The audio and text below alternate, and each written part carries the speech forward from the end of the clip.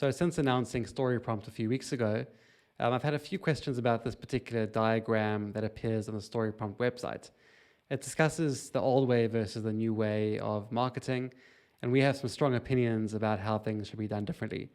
So in your typical buyer's journey, you would normally use ads and cold calls to capture your customer's attention or your buyer's attention.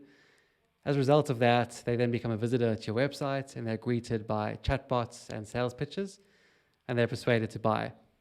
Once they become a customer, you're obviously going to persuade them to buy more with various prompts like discounts. You're going to do cross-sells and upsells. And because of all of this, you end up with much lower trust and a higher cost. So it costs you more because you're using ads and cold calls, you've got sales pitches, salespeople, and the trust is low because you're pushing your product or service upon your future buyers.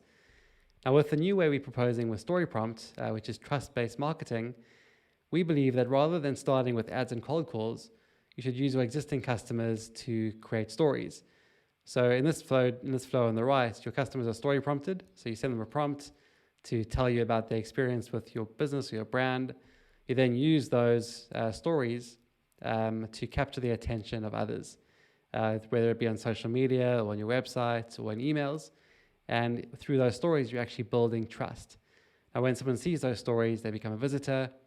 And because of all that social proof, they decide to buy.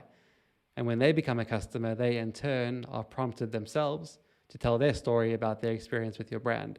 And the cycle continues.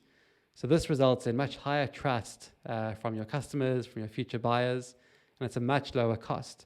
So rather than spending money on ads and cold calls, you're spending money on actually capturing the stories from your existing customers and using those stories to then acquire more customers in the future. Hope that helps. Bye.